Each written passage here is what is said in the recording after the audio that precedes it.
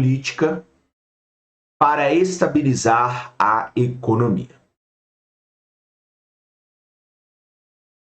Vimos como as políticas monetária e fiscal elas podem afetar a demanda agregada da economia por bens e serviços. Esses aspectos teóricos, eles suscitam algumas importantes questões políticas. Então vamos lá. Os formuladores de políticas, ou os políticos, devem usar esses instrumentos para controlar a demanda agregada e estabilizar a economia? Uma pergunta. Em caso positivo, quando devem usá-los? Quando devem usar esses instrumentos? E se não devem usá-los, por que não devem usá-los? Então você tem o ferramental política monetária e política fiscal, que podem afetar a demanda agregada da economia, portanto, o desempenho de uma economia. E aí surge essa questão. O governo deve utilizar esses instrumentos para afetar a demanda agregada, a oferta agregada, estabilizar a economia? Quanto usar, o que usar? O que não deve usar? Então, tudo isso aqui coloca agora todo o ferramental econômico sobre a lupa dos conflitos políticos que existem numa economia ou numa sociedade ou num país. Então, todo país você tem a economia que parece ser uma questão técnica, mas quem opera, como nós vimos, a política monetária e a política e, portanto, afetam os efeitos e o desempenho da economia, dependem, portanto, de decisões políticas, do campo político. Então, o campo econômico é fortemente afetado pelo campo político e pelas decisões do campo político. E aí você tem uma série de conflitos que criam reflexões e análises que podem muitas vezes parecer contraditórias. E vamos ver isso. Por exemplo, começando aí. Aqueles que são a favor da política ativa de estabilização. Então, aqueles economistas que defendem que o governo, sim, tem que se meter na economia para, em alguns momentos, por exemplo, em momentos de recessão, em momentos em que a economia está caminhando para uma depressão econômica, o governo tem que utilizar a política monetária e fiscal ativa a favor da estabilização. Vamos ver o que isso significa e os exemplos aí que o Mankiw coloca, sobretudo em torno de casos nos Estados Unidos. Voltemos à questão que inicia este capítulo. Então veja, quando o presidente e o Congresso aumentam os impostos, como é que o Banco Central, o Federal Reserve, deve reagir? Como vimos, o nível de tributação é um dos determinantes da posição da curva de demanda agregada. Quando, portanto, o governo aumenta os impostos, a demanda agregada cai, deprimindo a produção e o emprego no curto prazo. Se o FED deseja impedir esse efeito adverso da política fiscal, ele pode expandir a demanda agregada por meio do aumento na oferta de moeda. Uma expansão monetária reduziria as taxas de juros, estimulando as despesas de investimento e expandindo a demanda agregada. Portanto, vejo, se a política monetária reagir de maneira adequada, as alterações combinadas nas políticas fiscal e monetária podem deixar inalterada a demanda agregada por bens e serviços. É exatamente esse tipo de análise que seguem os membros do FONC, que é o comitê que decide a taxa de juros básica lá dos fundos federais nos Estados Unidos. Agora veja, no parágrafo anterior, ficou claro que você pode ter em um determinado país um descompasso entre a coordenação da política monetária e da política fiscal. Então, o governo aumenta os impostos, faz uma política fiscal retracionista, mas o Banco Central, que faz a política monetária, pode resolver agir de maneira contrária aos efeitos da política fiscal executada pelo presidente e pelo Congresso. Então, aí é um caso clássico. Então, o governo aumenta os impostos, isso vai deprimir a economia. Aí o Banco Central aumenta a oferta de moeda, expande a base monetária para justamente reduzir a taxa de juros e estimular o investimento.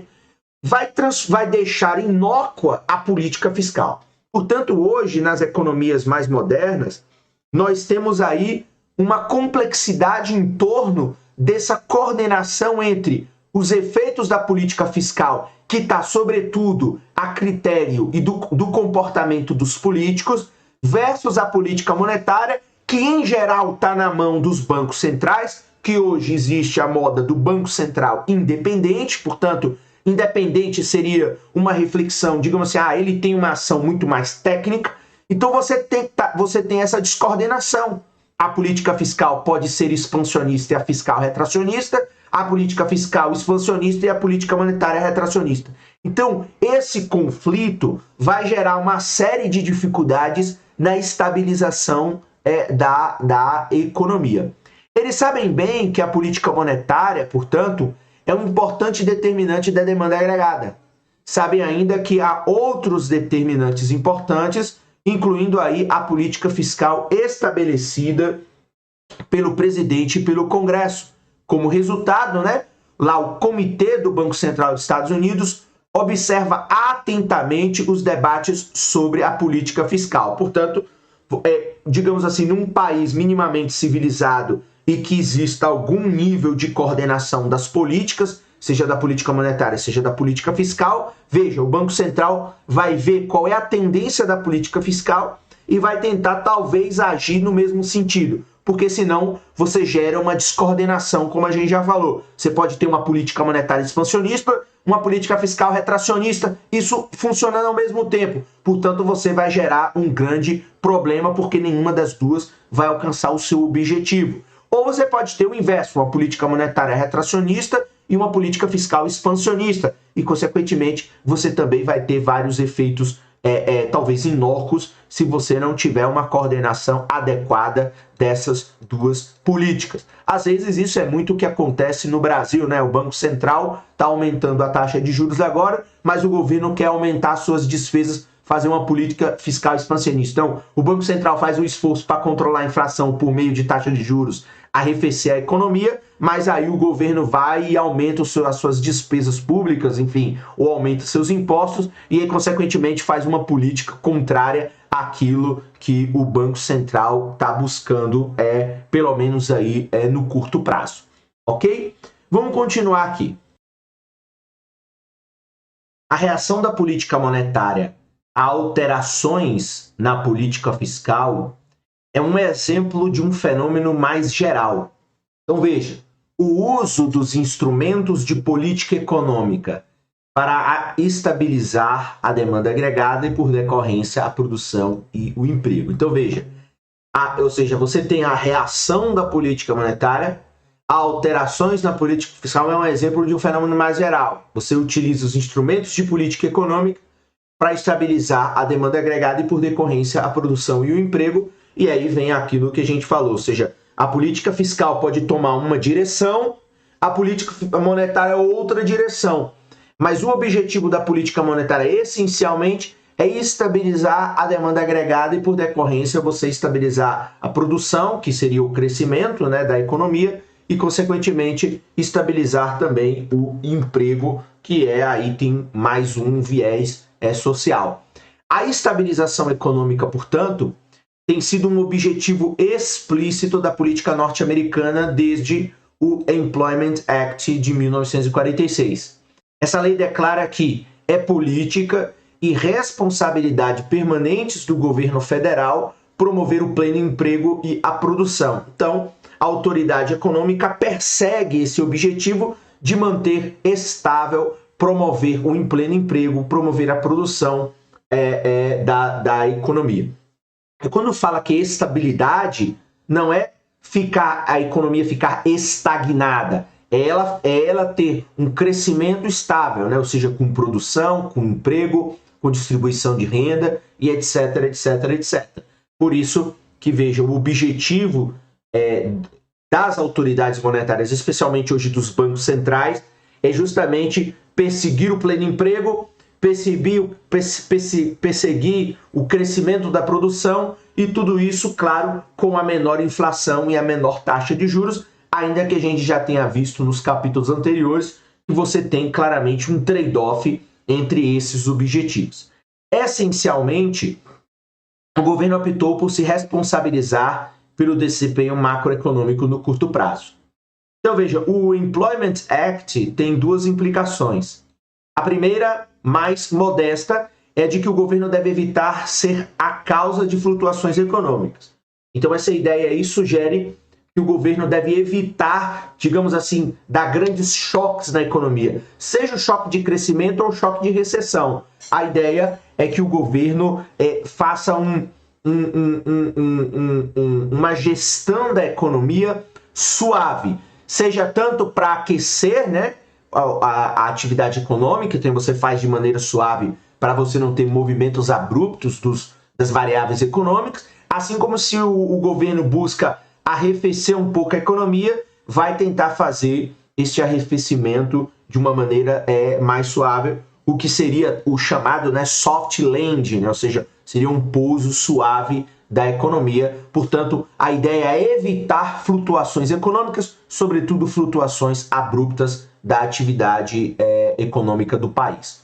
Portanto, a maioria dos economistas adverte contra mudanças amplas. Então, veja, a maioria dos economistas eles advertem contra mudanças amplas e súbitas nas políticas monetária e fiscal, porque tais mudanças provavelmente causam flutuações da demanda agregada. Além disso, quando ocorrem grandes mudanças, é importante que os formuladores das políticas monetária e fiscal sejam cientes das ações uns dos outros e reajam a ela. Então aqui, na verdade, tem a questão institucional de que é importante, quando você faz a gestão da política econômica, você fazer, portanto, essa gestão de maneira não só suave, mas de maneira transparente. Quando fala aqui que os formuladores de políticas precisam estar cientes das ações uns dos outros, está falando que tanto o governo como o Banco Central tem que deixar essas atitudes, né, essas decisões,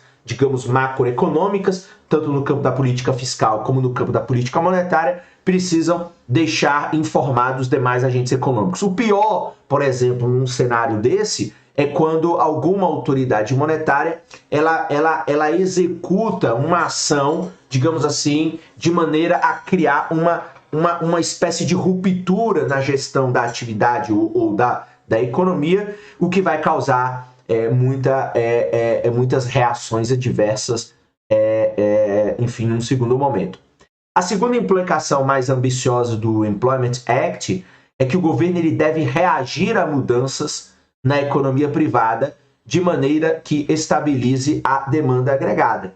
Então veja, essa lei ela foi aprovada pouco depois da publicação Teoria Geral do Emprego, dos Juros e da Moeda de Keynes, um dos mais influentes livros de economia já escrito. Então nele, o que acontece? Keynes enfatizou o papel da demanda agregada na explicação das flutuações econômicas de curto prazo. Então Keynes afirmava que o governo, portanto, deveria estimular ativamente a demanda agregada quando ela parecesse insuficiente para manter a produção em seu nível de pleno emprego.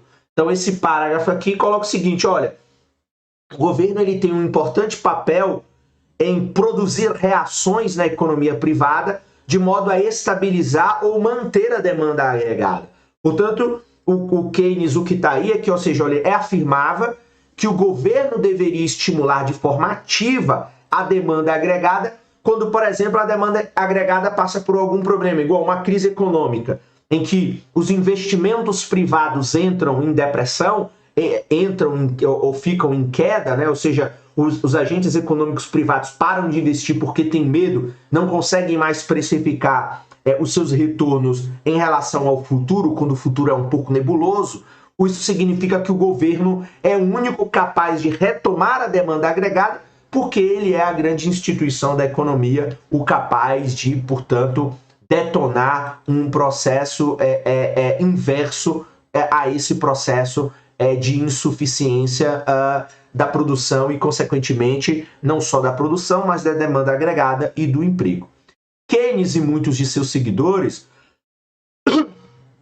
argumentou que a demanda agregada flutua em ondas bastante irracionais, ondas, claro, de otimismo e ondas de pessimismo. Ele usou a expressão espírito animal para se referir a essas mudanças arbitrárias de atitude. Quando reina, por exemplo, o pessimismo na economia, o que acontece? As famílias elas reduzem suas despesas de consumo e as empresas suas despesas de investimento. O resultado desse pessimismo, né, dessa expectativa ruim, é uma redução da demanda agregada, consequentemente, reduz a demanda agregada, reduz a produção. Ao reduzir a produção, você reduz o emprego. Já o contrário também ocorre, ou seja, quando você tem um otimismo na economia, as famílias e as empresas elas passam a aumentar as suas despesas.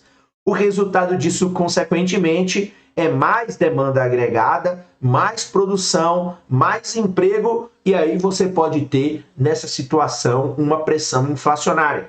Então, observe que essas mudanças de atitude são até certo ponto autorrealizáveis. Em princípio, o que acontece? O governo ele pode ajustar suas políticas monetária e fiscal em resposta a essas ondas de otimismo e pessimismo. Então, talvez quando você tiver uma onda de otimismo, o governo utiliza a política monetária e a política fiscal para tentar baixar essa euforia, esse boom no mercado, tentando estabilizar num nível que considere, aí, por exemplo, um nível que evite uma pressão inflacionária.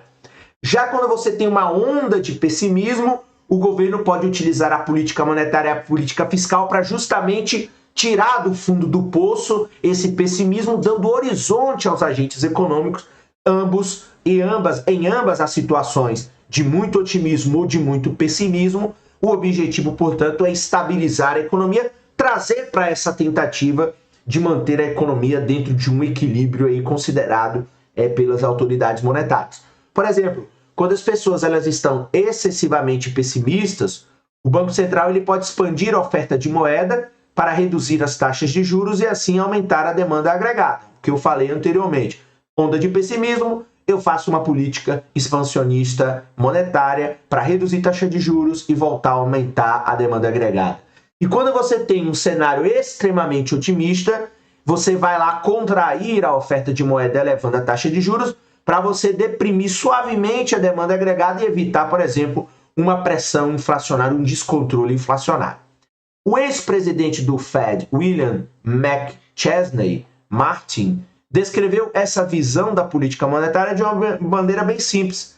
A função do Federal Reserve do banco é levar as bebidas embora assim que a festa começa a ficar animada. Então, você vê que as autoridades econômicas elas têm que agir tanto quando a economia está numa grande euforia, o que parecia contraditório, né? Porque parece que a ideia dos países é sempre crescer, crescer, crescer, mas a ideia é crescer de maneira estável, mas também tem que agir quando você tem um cenário pessimista em que você leva a economia a uma depressão.